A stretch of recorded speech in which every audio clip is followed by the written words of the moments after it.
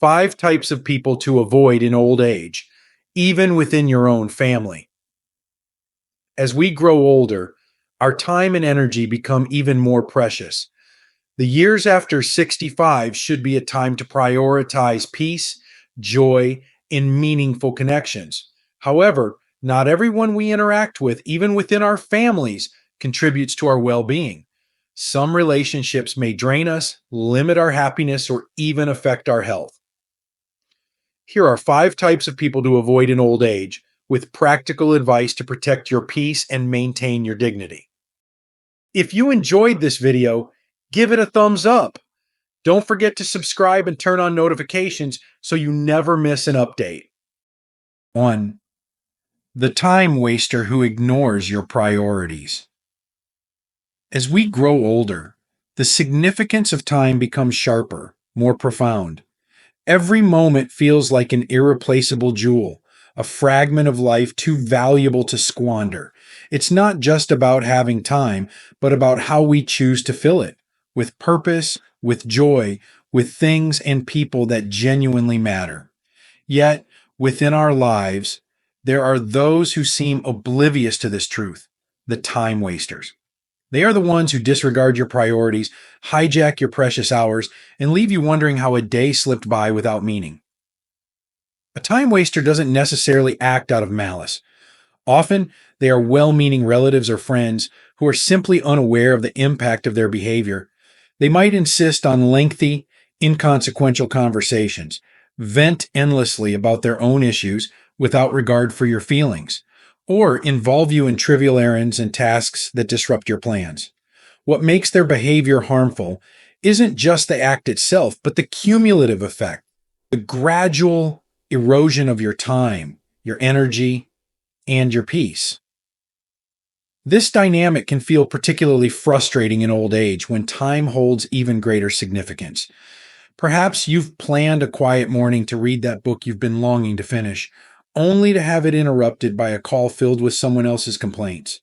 Or maybe you've looked forward to an afternoon of gardening, only to be pulled away by a relative asking for help with something they could have handled themselves. These moments may seem small, but over time, they add up to a life lived on someone else's terms rather than your own. At its core, the issue of time wasting is not just about the hours lost, but about the priorities ignored. In this stage of life, your priorities are not mere preferences. They are essential to your well-being. Whether it's pursuing a hobby, maintaining your health, or simply enjoying the stillness of a quiet afternoon, these choices reflect your deepest values. To let someone repeatedly infringe upon them is to let go of the control you have over your own happiness. But how do you address this without alienating those you care about? The answer lies in boundaries. Boundaries rooted in respect both for yourself and for others. It begins with recognizing the value of your own time. You are not being selfish by protecting your hours. You are affirming that your life, even in its later years, is meaningful and full of potential. When someone repeatedly pulls you into their world at the expense of your own, it's okay to gently push back. You might say, "I'd love to catch up, but I've set aside this time for myself. Can we talk later?" Or, "I understand this is important to you, but I need to focus on something else right now." These words are not a rejection of the person, but an affirmation of your own priorities. They remind others that your time is not an endless resource, freely available to anyone who asks. Equally important is the need to reflect on what truly matters to you, what brings you joy, what fills your days with meaning. By clarifying your priorities, you can better recognize when someone's demands are pulling you away from them. And when you do choose to spend time with others, you can do so fully and freely, knowing it aligns with what you value most. The time waster's impact can often go unnoticed until it's too late, until you find yourself looking back on days or even years, wondering where they went. But by recognizing this dynamic and addressing it with intention, you can reclaim the moments that belong to you. This isn't about cutting people out of your life. It's about reshaping the way you interact with them, ensuring that your time is spent in ways that honor your heart and soul. Protecting your time is an act of self love. It's a declaration that your life, no matter your age, is filled with purpose and promise. And it's a reminder that while time may be finite, its value is infinite when spent wisely. You've earned the right to spend your days as you choose, to fill them with the beauty, peace, and meaning you deserve. Let no one, no matter how well intentioned, take that away from you. Two, the overly competitive sibling or relative. Family should be a sanctuary, a place where love, support, and understanding thrive. Yet, within even the closest families, competition can rear its head, often in subtle but deeply unsettling ways. The overly competitive sibling or relative brings a unique kind of tension to these relationships, turning shared moments into opportunities to compare, outdo, or undermine.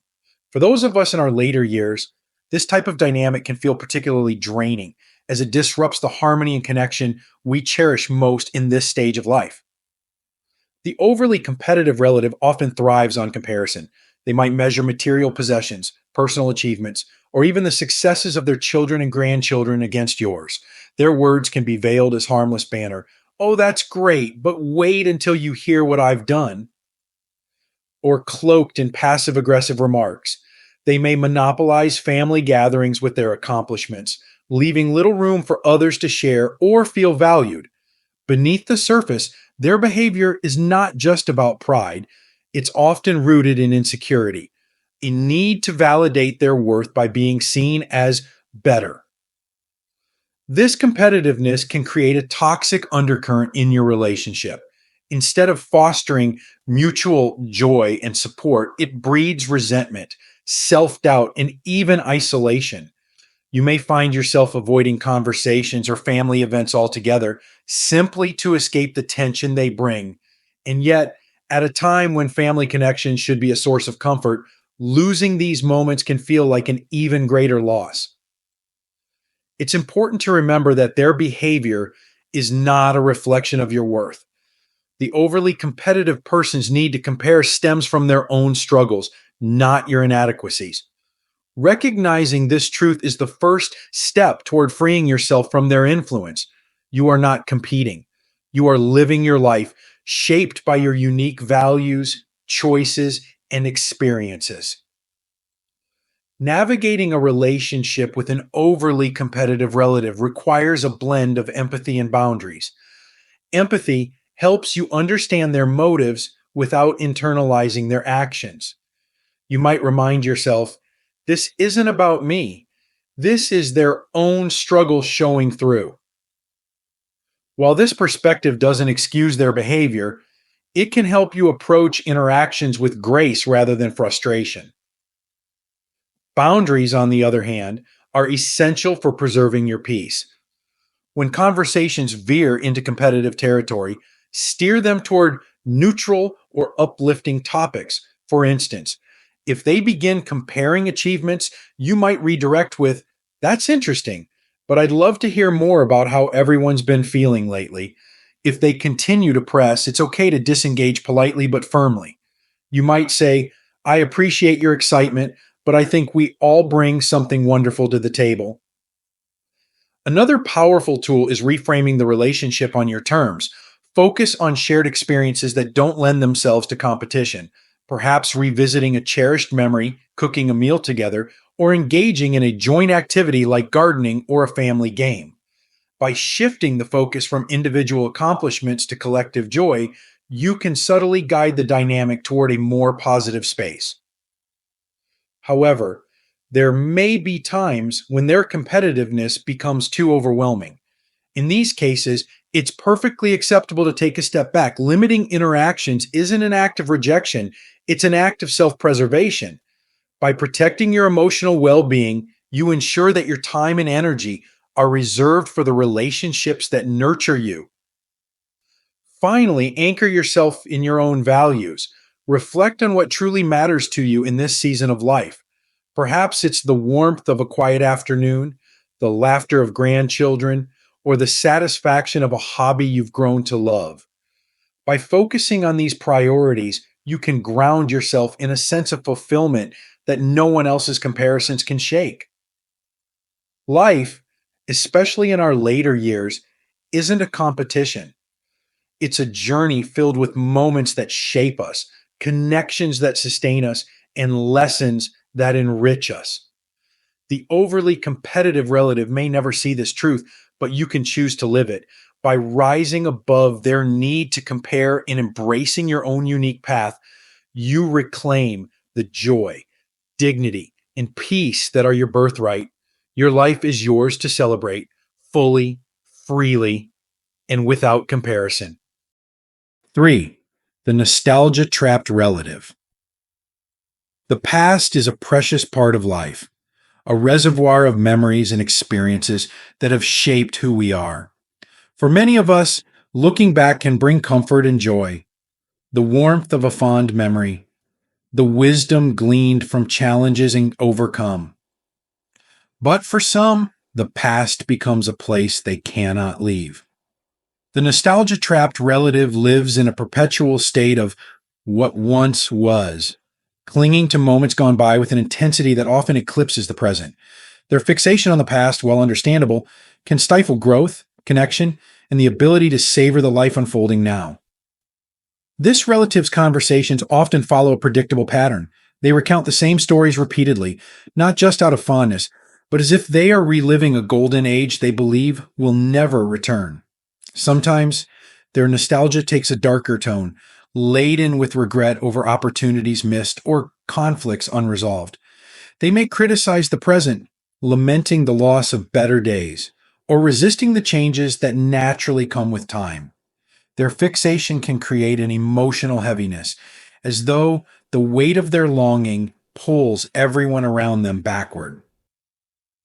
At its heart, this attachment to the past often stems from fear. Fear of change, fear of losing relevance, or fear of facing an uncertain future. For them, the past represents a place of safety and control, where their role and identity were clear. While this perspective can evoke sympathy, it also has the potential to drain those who interact with them. Spending time with a nostalgia-trapped relative can leave you feeling stuck, as though their inability to embrace the present prevents you from doing so as well. In old age, when every day feels like a gift, being tethered to someone else's regrets or idealized memories can rob you of the ability to fully appreciate your own journey. Life is not meant to be lived in reverse. The past, no matter how beautiful or challenging, is a foundation, not a destination. To dwell there for too long is to miss the opportunities, relationships, and experiences that await in the here and now. Addressing this dynamic requires compassion, but also clarity about your own boundaries. It's important to recognize that their longing for the past is not something you can fix. You cannot rewrite their story or heal the pain they associate with it. What you can do is gently guide them toward a more balanced perspective, one that honors the past without losing sight of the present.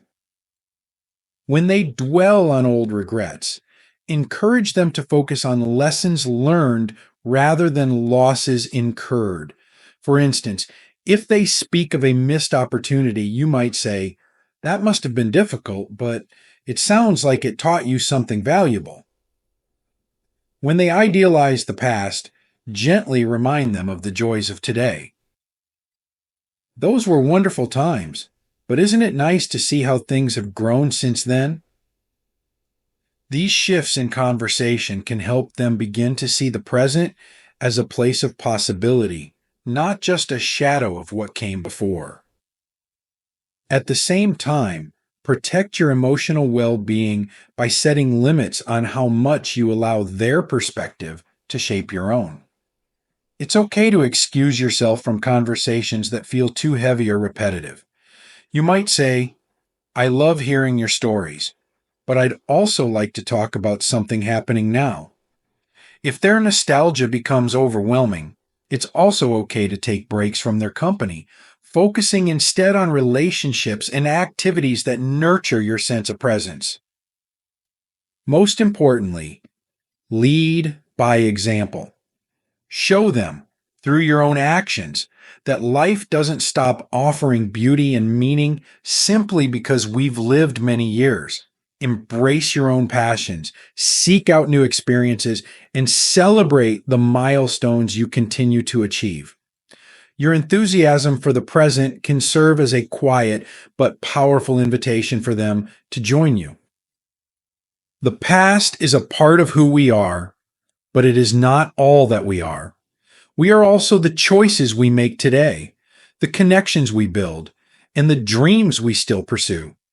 By gently stepping out of the shadow of nostalgia, you create space for joy, growth, and the chance to make new memories. Memories that one day may themselves become a cherished part of the tapestry of your life. Let the past inspire you, not confine you, and encourage your nyarty, nostalgia trapped relative to do the same. The present is a gift, and it's never too late to open it fully. 4. The underminer of your independence. Independence is one of the most valuable treasures we possess as we age. It is a testament to the strength we've cultivated over decades of life experience, the resilience that has carried us through challenges, and the wisdom that now guides our choices. Yet, within families, there are those who, out of overprotectiveness or a misplaced sense of duty, unintentionally undermine this independence. These individuals believe they are helping, but their actions can leave you feeling diminished, as though your capabilities no longer matter. The underminer of your independence often appears in subtle ways. They might insist on making decisions for you, assuming you can't handle the responsibility. They may discourage you from pursuing activities you enjoy, citing concerns about your safety or well being. Sometimes they take over tasks you're perfectly capable of handling, leaving you with little say in your own affairs. While their intentions may come from a place of love, the effect can feel stifling, eroding the confidence and autonomy that are so essential to your sense of self. At the core of this dynamic lies a misunderstanding. The underminer sees aging as a decline in ability rather than a shift in priorities. They view their role as one of protection, often overestimating your limitations and underestimating your resilience. But independence doesn't fade with age, it evolves. While you may no longer climb ladders to fix the roof or take on long hours of physical labor, your ability to make decisions, pursue passions, and contribute meaningfully to the world remains intact. Losing even small pieces of independence can carry a heavy emotional toll. It can leave you feeling invisible, as though your needs and preferences no longer matter. It can create frustration, especially when you know you're still capable of handling your own life. Most of all, it can diminish the sense of freedom that defines your individuality, turning what should be your golden years into a period of unwelcome dependency. Addressing this issue requires a blend of assertiveness and understanding. It's important to communicate your feelings clearly and to set boundaries that protect your autonomy. For example, if a family member repeatedly tries to take over tasks you enjoy, you might say, I appreciate your concern, but I'm still able to do this myself, and it's important to me that I do.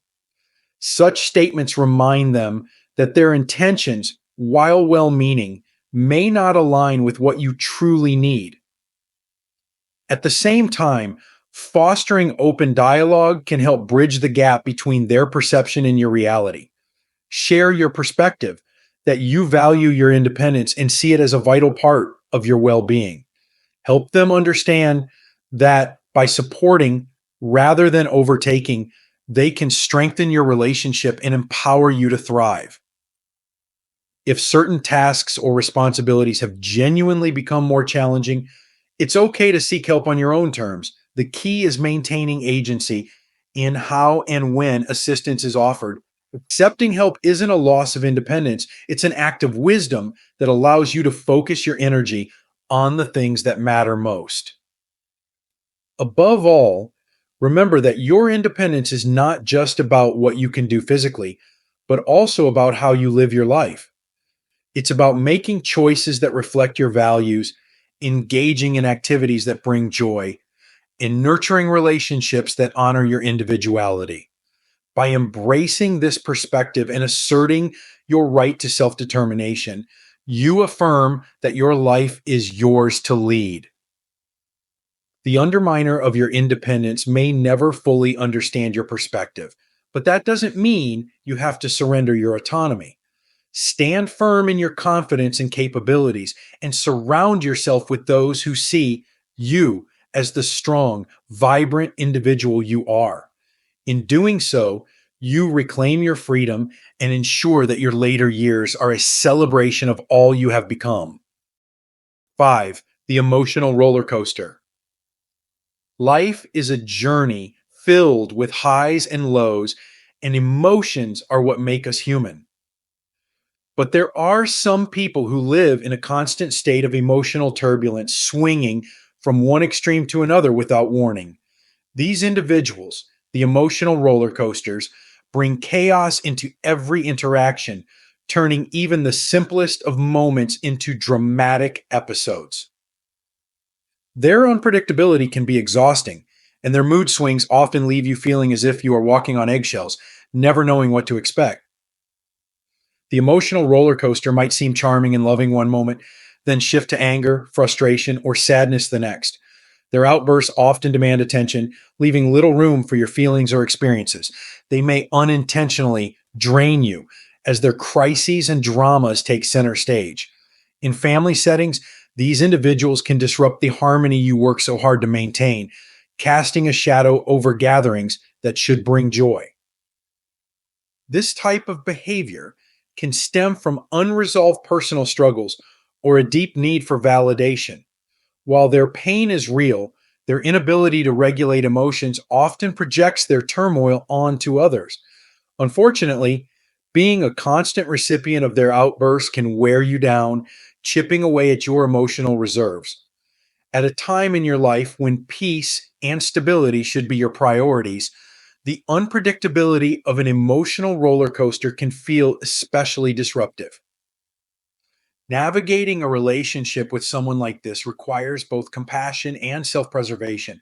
It's natural to care for your loved ones, but you must also recognize your limits. Being drawn into their whirlwind of emotions doesn't serve either of you. It can amplify their dependency on you for stability while leaving you depleted and resentful.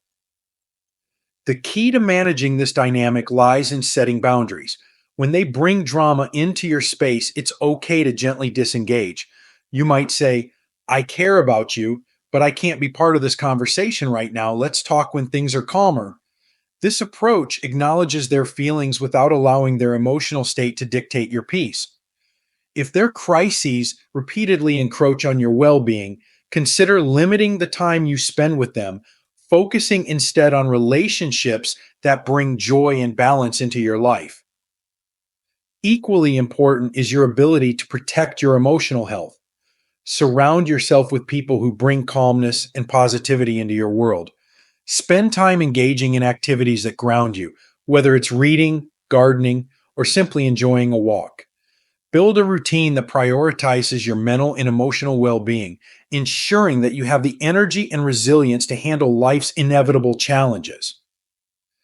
It's also worth noting that not every emotional roller coaster seeks to cause harm. Some may genuinely need help to manage their feelings. In these cases, encouraging them to seek professional support can be a loving way to address the situation. However, their journey to healing is not your responsibility to bear alone. Offering guidance is one thing, carrying the weight of their emotions is another. Ultimately, your later years are a time to prioritize peace and joy. You've spent decades navigating the complexities of life, and now is the moment to focus on what truly matters: your happiness, your health, and the relationships that uplift you. By recognizing the impact of emotional roller coasters and choosing to maintain boundaries, you take an important step toward protecting your well being. The storms of others don't have to cloud your skies. You have the right to seek out sunshine, to fill your days with laughter and serenity, and to build connections that nourish your spirit. In choosing stability over chaos, you honor yourself and create space for the life you deserve to live. Embracing the freedom to choose your circle. As we journey through life, the people we surround ourselves with play a profound role in shaping our happiness, peace, and well being. In old age, when time feels more precious and each moment carries deeper meaning, it becomes even more important to protect the space around you. This is not an act of selfishness. It is an act of self preservation, of honoring the life you have lived and the life you still deserve to enjoy. Avoiding certain types of people, even within your own family, is not about cutting ties out of anger or resentment. It's about recognizing that your emotional, mental, and physical health are worth prioritizing. By setting boundaries and choosing to focus on relationships that uplift and energize you, you create a life filled with meaning and joy. You grant yourself the freedom to embrace what truly matters: peace, fulfillment, and the quiet satisfaction of living authentically. The truth is, not everyone will understand your journey, nor will everyone support it in the way you need. But you don't owe anyone an explanation for choosing yourself. You have given so much to the world, to your family, to your work, and to your community. Now, it's your time to nurture the person who has been at the center of it all, you. Surround yourself with people who value your wisdom, who bring calmness into your life, and who celebrate your presence without conditions. Spend your days pursuing the things that bring you joy, whether it's reconnecting with an old hobby, exploring a new passion, or simply savoring the stillness of a quiet afternoon. These choices, however small they may seem, are declarations of your worth. As you navigate the complexities of family and relationships, remember this: you are not defined by the expectations or demands of others. You are defined by the choices you make, the love you give, and the peace you protect. Life is a precious gift, and in your later years, it's your privilege to live it fully and freely, surrounded by people who honor the beauty of who you are. In the end, your time is yours to cherish. Choose wisely, love deeply, and protect fiercely the joy that is uniquely yours. Let your days be a testament to a life lived with intention, dignity, and an unwavering commitment to your own happiness. This is your time. Embrace it with an open heart and the courage to put yourself first. These lessons are meant to inspire you to live fully and authentically. Now, I'd love to hear from you. Take a moment to reflect and share one thing you've learned and plan to apply in your own life. Let's support each other on this journey toward embracing these truths. If you enjoyed this video, please leave a comment with 1. If not, feel free to comment with 0. Your feedback means a lot to us. Don't forget to like, share, and subscribe to our YouTube channel for more content like this. Thank you for watching, and here's to living life on your own terms.